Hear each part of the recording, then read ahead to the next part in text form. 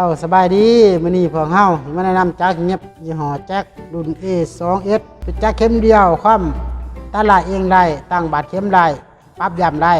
เฮาเบิ่งฟังก์ชันของมันเลยนะเวลาเปิดจักรส่วนมากมันจะเป็นแบบนี้เนาะอันนี้คือปุ่มเพิ่มความไวตัวนี้ปุ่มลดความไวเนาะส่วนปุ่มนี้เป็นปุ่มแบบย่ำหนาอันที่ย่ำหนาจักบาทเฮากดเอาเนาะย่ำหนาบาทหนึ่ง3 บาทเข็มเนาะเอาลองหยิบเบิ่งเลยเนาะ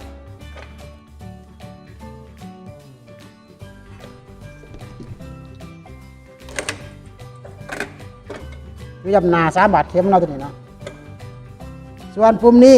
แมนปุ่มย่ำหลังบาทหนึ่ง3 บาทเข็มคือกันเนาะส่วนปุ่มนี้แมนปุ่มกดตัดลายอัตโนมัติหรือเฮาบ่จากตัดลายเนาะส่วนปุ่มนี้มันปุ่มตั้งเข็มขึ้นหรือเข็มปักลงเนาะถ้ามีไฟ2 ไฟมันหมายถึงว่าเข็มมันจะปักลงเนาะแล้วเฮาบ่ลองหยิบเบิ่งเนาะ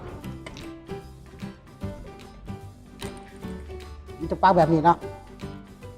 แล้วเฮากดไฟออกเนาะแล้วมันหยิบเบิ่งเนาะเข็มมันจะขึ้นมาอยู่เทิงเนาะมันจะบ่ปักขาเนาะนี่เนาะส่วนปุ่มนี้แมนปุ่มตั้งบาทเข็มถ้าเฮากดบาทหนึ่งมันจะบอกว่า4 บาทเข็มถ้าเฮามันหยิบเบิ่งเนาะแล้วถ้าเฮาสิตั้งบาทเข็มเฮาตั้งอย่างไรเฮามาตั้งเบิ่งเนาะเฮากดตัวนี้ค้างไว้3 วินาทีแล้วเฮามากดตัวนี้บาทหนึ่งมันจะบอกว่า24 รอบที่1 16 บาทเข็มรอบที่2 16 บาทเข็มรอบที่3 16 บาทเข็มและรอบที่4 16 บาทเข็มนะครับกดที่บาทหนึ่งนะนะครับมาลองเนาะเขาลองหยิบเบิ่งด้วยเนาะ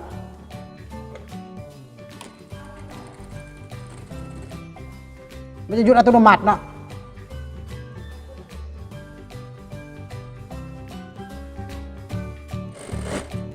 บาทที่2เนาะ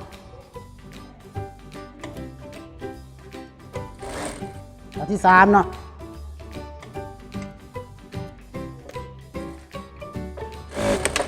บาทที่4มันจะออกมาแล้วรับการปักเข็มจะซ้ำกันหมดเนาะแล้วถ้าว่าลูกค้าตั้งไปตั้งมาน่ะงงเนาะกดไปกดมาน่ะงงเนาะงงสับสนลืมแล้วให้มากด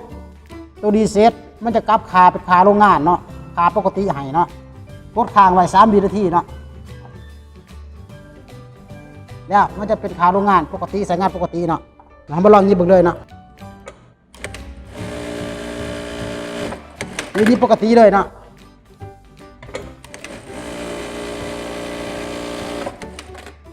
แล้วส่วนตัวพี่นี่มันเขาหาโปรแกรมเนาะหาโปรแกรมเวลาเขากดค้างไว้3 วิมันจะขึ้นมายกตัวอย่างคือที่หนึ่งนี่หมายถึงว่าเขากดมาตัวบาทหนึ่งเนาะหมายถึงว่าความไวเขาตั้งไว้3 ปัญหาเนาะแล้วก็กดพี่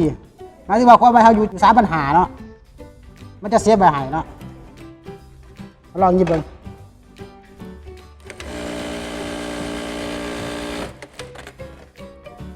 เวลาหยิบแล้ว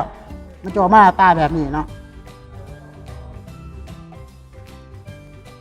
นี่แม่นหลอดไฟ LED ที่เป็นน้ำจักรเนาะมันจะปรับระดับเลย3 ระดับเนาะคือหุงแห้งหุงกลางหุงคอยเนาะส่วนปุ่มตัวเอ็น